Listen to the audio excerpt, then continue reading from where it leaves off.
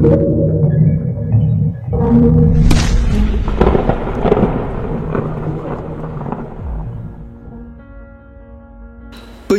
tubuh yang tak terkontrol di negara Aljazair.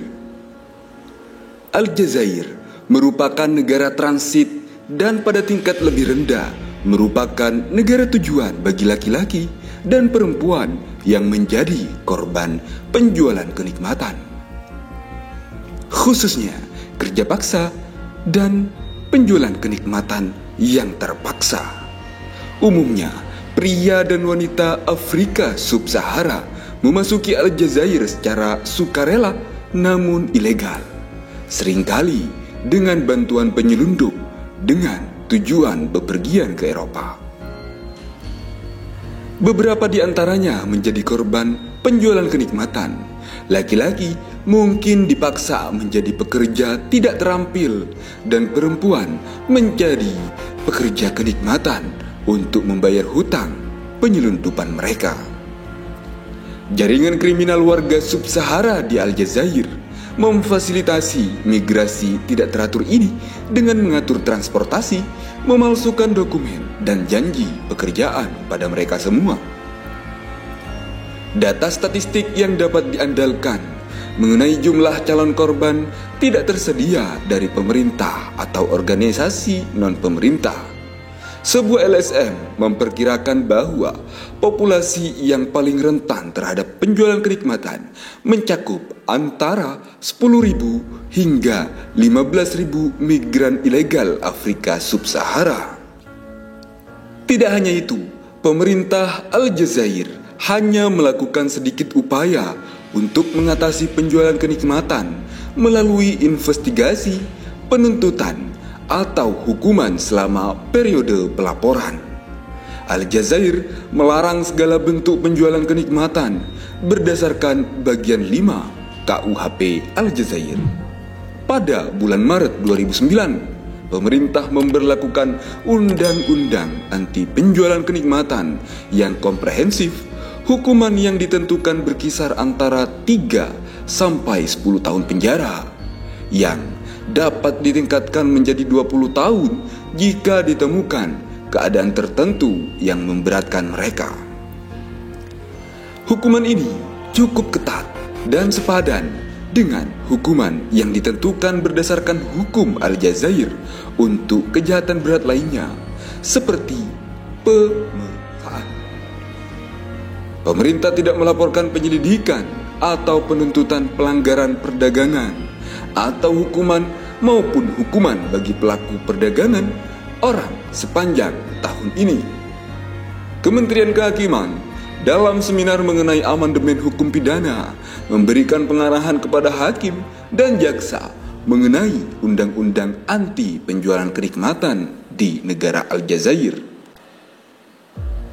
Meskipun pemerintah Aljazair telah melakukan upaya untuk memperbaiki masalah ini, namun upaya tersebut belum signifikan dalam memerangi penjualan kenikmatan.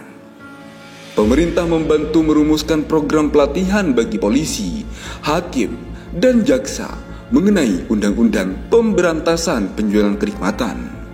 Meskipun terdapat upaya-upaya ini, pemerintah tidak mampu menunjukkan kemajuan secara keseluruhan dalam melakukan penghukuman kejahatan perdagangan orang dan melindungi korban perdagangan, serta masih lemahnya upaya pencegahan maupun perlindungan yang kurang memadai.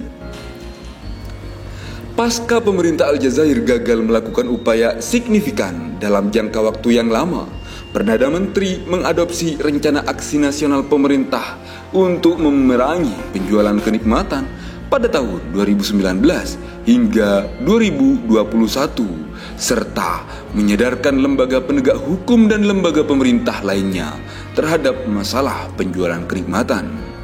Oleh karena itu, Aljazair tetap berada dalam daftar pengawasan level 2 selama 3 tahun berturut-turut. Pada tahun 2017, terdapat 26 kasus penjualan kenikmatan yang telah diinvestigasi, 22 kasus telah dituntut, dan 14 kasus telah divonis bersalah.